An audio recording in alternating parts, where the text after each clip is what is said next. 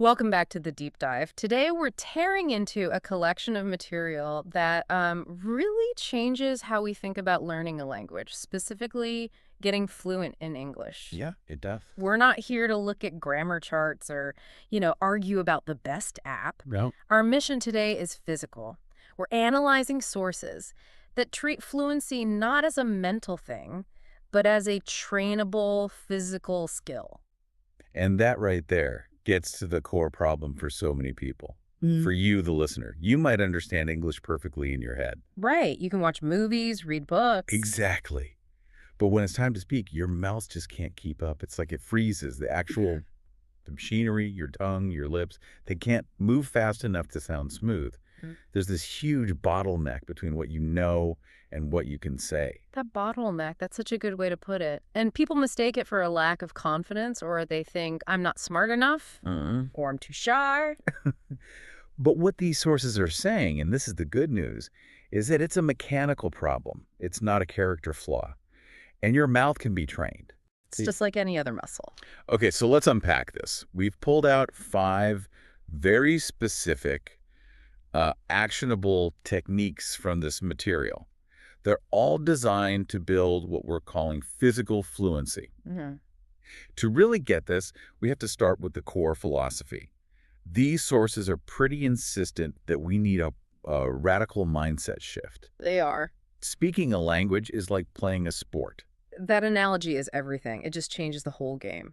If you think of speaking as, an academic subject, you study for it, you read. You memorize. Right. But if it's a sport like tennis or even playing the piano, you know that thinking isn't enough. You have to do drills, physical repetition. So the muscles of our mouth, our tongue, that need to be programmed. Programmed for speed and accuracy. Yeah. Just like an athlete's muscles. It's like you could read a book about how to swim, but that won't help you at all when you actually jump in the pool. Your muscles have to learn the movement. Precisely. And what I love is how fast the sources get to the practical side of this. They give us a simple exercise to start with for this exact mouth training. Yeah, it's a great one. It's just repeating a sentence. First, slowly, then a little faster. But the movement itself is the training. And the sentence is perfect for it. My mouth can learn to speak English clearly. Okay.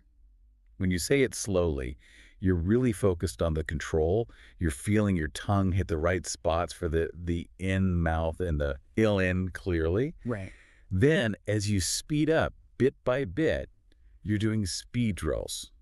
You're building pure motor memory. It's like doing slow, perfect reps at the gym before you try to lift heavy. So that's the foundation. Which brings us to the second big technique. This idea of slow practice for fast results. It feels a bit backward, doesn't it? It does seem counterintuitive. If you want to speak fast, why practice slow? Yeah. But it's because so many learners make this mistake. They try to speak at native speed right away before they have any physical control. And they end up sounding, what, just messy? Messy or muddy, as linguists say. You just gloss over the mechanics and you end up reinforcing bad habits. The goal of slow practice is to build precision. So what are we making precise? Exactly. The movement. Articulators. That's Okay. the technical term. Think of your tongue, your lips, your teeth. They all have to hit very specific spots to make the right sounds. Mm-hmm. When you practice slowly, you're making sure your tongue hits the right spot every single time. You're basically drawing a map for your muscles. And each repetition makes that neural pathway stronger, so your mouth can do it automatically without you thinking about it. So we're building an accurate foundation of movement before we ask for speed. Okay, that makes sense. Yep. The sources give another great sentence for this drill, and you should try this as you're listening. English becomes easier when I practice every day. It's a good one. You start so slow, it feels silly. Then a little faster, and then at a natural speed. Yeah. That physical focus is really the key. Okay, here's where it gets really interesting. The sources call this next one a game changer. This is where the training gets intense. It's the shadowing technique. Shadowing. Yes. For anyone who doesn't know, it's simple to define, but pretty hard to do. You listen to a native speaker and you try to speak at the exact same time. Mirroring them. Yeah, matching their rhythm, their pitch, everything. This is so critical because it forces you to bypass the thinking part of your brain, the part that's always translating and checking grammar. So it's not about understanding the content. Not at first. It's a pure physical reflex. You hear a sound, and your mouth has to make that sound immediately. There's no time to think. It's just an auditory motor loop. I can imagine that feeling really awkward at first. It's like you're just scrambling to keep up. Oh, absolutely. It's supposed to be difficult because you're not just training words, you're training something called prosody. The music of the language. Exactly. The rhythm, the stress, the intonation. You can have perfect grammar, but if you speak with a flat, robotic rhythm, you still sound, well, foreign. Shadowing trains your mouth to feel the natural bounce of English. So you're physically teaching your mouth what English feels like to say? Yes, what English speed and rhythm feel like. And the sources give a short paragraph for this kind of practice. It's short and motivational. Imagine trying to keep up with this. Every day my English improves because I move my mouth. I repeat sentences. I enjoy the sound of English. I feel more confident. That effort, just trying to match the sound and stay clear, that's what builds the physical structure for fluency. Right. So now we're shifting from those pure mechanical drills to something more practical. Section 4 is about training with real-life confidence phrases. This step is brilliant. It's just so clever because it tackles the mental side of things. Panic. The panic, yeah. The reason you practice these specific phrases is because they're conversational life preservers. When you're in a real conversation and your brain just freezes up, you need an automatic response.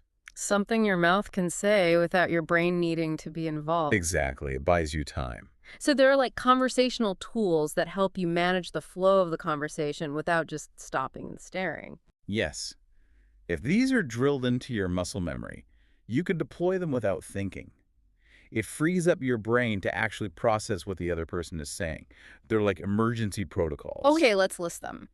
The sources give 4 really useful ones. The first is, can you say that again, please? A polite classic. Second, I'm learning English and I want to improve. Sets expectations. It's very disarming. Third, let me think for a second. Buys you a few crucial seconds. And fourth, that's a great question. Another great delay tactic that also makes the other person feel good. So practicing those until they're automatic means that when you do freeze up, and you will, Or you will. your mouth already knows what to do. It keeps the conversation moving and reduces that feeling of panic. Okay, so we've got the core philosophy, the slow to fast drills, the intense rhythm training with shadowing, and the confidence freezes. Now we get to the final piece of the puzzle, the 30-second challenge. This is the final test.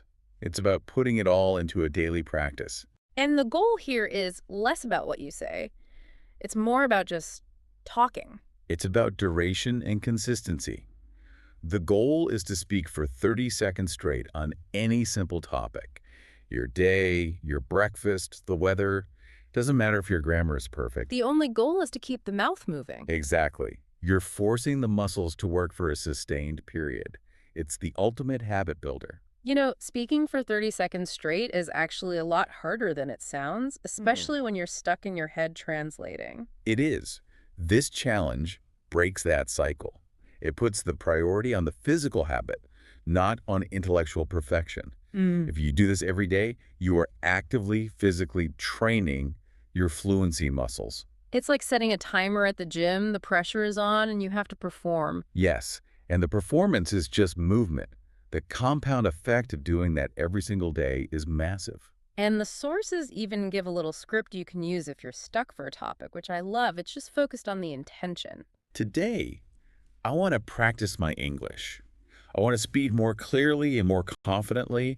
I am training my mouth, training my voice, and training my English brain. Every day I get better. The philosophy is so simple. Just talk for 30 seconds. Build the physical habit.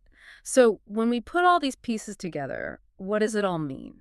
I think the key takeaway is it's wonderfully clear. Fluency isn't something you get by just absorbing information. Right. It's achieved through physical movement and daily deliberate practice. You are training a motor skill. It's not just about acquiring data. And that gets to the crucial distinction, doesn't it? Speaking fluently does not happen by thinking. No, it happens by moving your mouth. That's the difference. Thinking is an intellectual process. Fluency is a physical one. It's built through repetitive action, just like a musician learning a song. So, as you move forward from this, the advice is to focus on the physical actions we talked about. Speak, repeat, shadow. Use those confidence phrases. Do the 30-second challenge. Embrace that physical awkwardness at the start because the material is really clear on this. Your fluency is growing with every single movement. Every single one. And that brings us to our final provocative thought for you to consider. If we accept this idea that your mouth is a muscle that needs training, what does that imply about listening? Hmm. How might you turn the passive act of listening into an active physical routine, one that gets your mouth ready for better, faster output? That's a great question to chew on. Keep speaking, keep learning, and keep moving.